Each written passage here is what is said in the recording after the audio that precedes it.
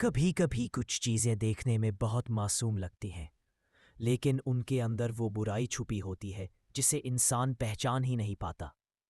गांव के किनारे बने एक छोटे से घर में रेखा अपनी 6 साल की बेटी गुड़िया के साथ रहती थी। पति शहर में नौकरी करता था, इसलिए ज्यादातर रातों में वो दोनों ही घर में अकेली होती थी। एक रात गुड़िया खाना खाते खाते बोली, मम्मी, वो खिड़की के बाहर कोई है, वो मुझे देख रहा है। रेखा हंस दी, अरे पगली, वो तो हवा है। लेकिन उस रात हवा से ज्यादा कुछ चल रहा था। अगली सुबह जब रेखा कपड़े सुखाने बाहर निकली तो गुड़िया की पसंदीदा डॉल जमीन पर पड़ी थी। उसके गले में एक काला धागा बंधा हुआ था।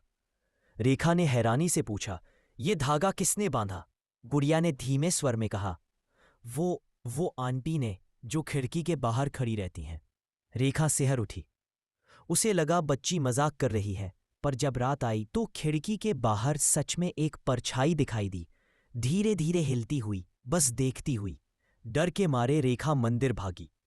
पंडित जी ने कहा, तेरी बेटी के उस गुड़िया से दूर रहो, वरना वो तुझसे तेरी बेटी छीन लेगी।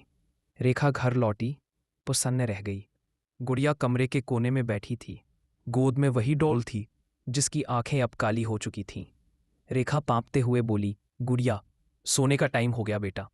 गुड़िया ने सिर उठाया और एक अजीब सी मुस्कान दी। मैं गुड़िया नहीं हूं मम्मी, मैं तो उसके साथ आई हूं। उस गुड़िया के अंदर से, उस आवाज़ में मासूमियत नहीं थी। वो आवाज़ किसी और की थी, किसी मरी हुई बच्ची की। कहते हैं 3 साल पहले इसी घर में एक और छोटी लड़की रहती थी। वो डॉल उसकी सबसे प्यारी दोस्त थी। एक दिन उसने उसी डॉल के साथ खेलते हुए फांसी लगा ली थी, और तब से वो डॉल किसी के भी हाथ में जाए, उसके साथ वो आत्मा भी चली जाती थी।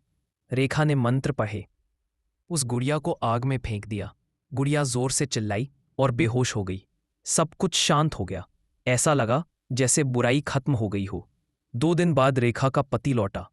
घर में सब कुछ सामान्य लग रहा था। रेखा मुस्कुरा रही थी, गुड़िया खेल रही थी। लेकिन जब सुरेश ने गुड़िया का हाथ थामा तो उसने देखा उसकी कलाई में वही काला धागा बंधा था। रेखा की आंखों से डर झलक उठा। गुड़िया धीरे से मुस्कुराई, मम्मी, वो फिर से खेलना चाहती है। और अगले ही पल घर की बत्ती झपकी। दूर कहीं से वही पुरानी हंसी गूंज उठी, हा हा, मैंने कहा था ना, मैं लौटूंगी।